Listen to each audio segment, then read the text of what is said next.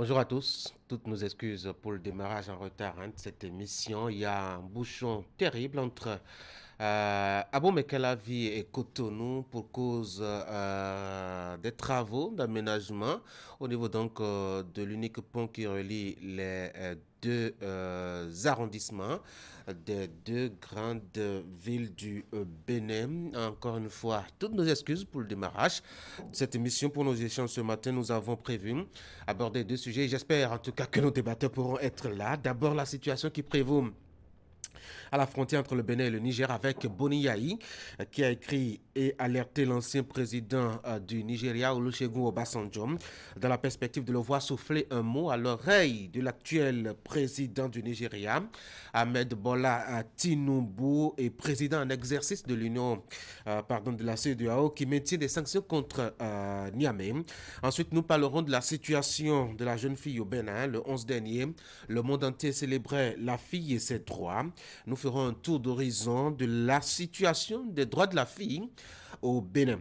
Nous aurons pendant cette émission deux invités, si tout allait bien, bien évidemment, avec cette pluie aussi qui en rajoute de la sienne. Le premier, Alain Afedjou, viendra nous parler de l'accès des populations à des services administratifs importants. Il est le président de l'association Presse pour les pauvres et nous parlera de la situation critique sur place là-bas à Didja où il concentre un peu son attention cette année. Le second invité est un jeune militant de la vie associative, c'est Herman Kodjo à Séville. Avec lui, nous allons parler de l'importance du militantisme pour un jeune pour la construction de sa carrière. Bienvenue à tous.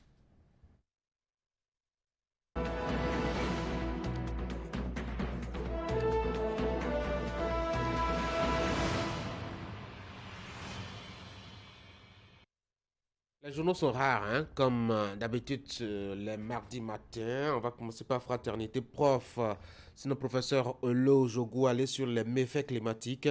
Les gros risques au Bénin, ce sont les inondations et les vents forts, prévient le professeur au département de géographie à l'université d'Abomey-Calavi. Marché d'art de Cotonou, un espace du consommant local. Dynamisme Info, Boni Yahi à la présidence du parti Les Démocrates, la contrainte du respect de l'opposition par la rupture, raison officielle de la démission de Khomeki du gouvernement. Il y a Anguille sous roche, prévient Dynamisme Info. Éduc Action, sciences de la vie et de la terre SVT, une matière passionnante dispensée avec très grande difficulté des apprenants à analyser les documents. Les cours essentiellement théoriques limitent les apprenants. Des apprenants sans documents, les enseignants obligés de copier le contenu au tableau. Allez vivre la peine au niveau de l'école. Nouvelle mutation après le congrès de Parakou. Boni Yahi s'adresse aux militants démocrates. Nouvelle génération. Premier congrès ordinaire du parti Les Démocrates. L'UDBN de Claudine Prudencio prêche la paix et la cohésion nationale. Le journal vous propose à lire l'intégralité du message délivré par l'envoyé spécial de l'UDBN à cette occasion-là.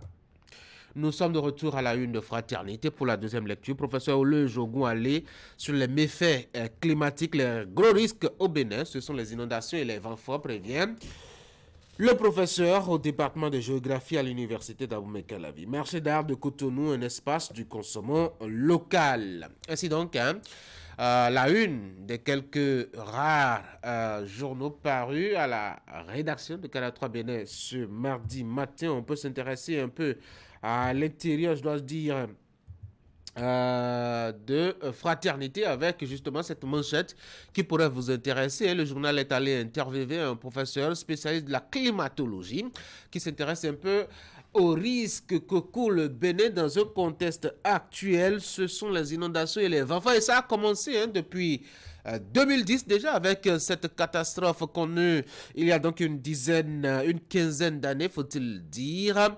Et cela reprend déjà cette année avec la pluie qui ne cesse pas. Actuellement même, le temps il est menaçant et grincheux dehors entre Cotonou et Abomey-Calavi. Si vous devrez sortir de chez vous, habitants de ces deux villes, prenez vos dispositions. En attendant, lisez Fraternité et cette interview donc accordée par le professeur sur les détails liés à ces conditions que nous vivrons dorénavant.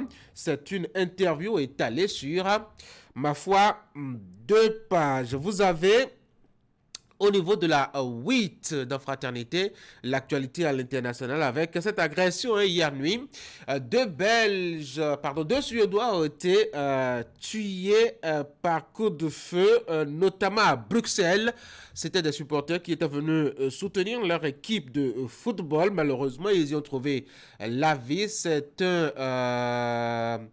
C'est donc un coup tragique, en tout cas subi par le pays.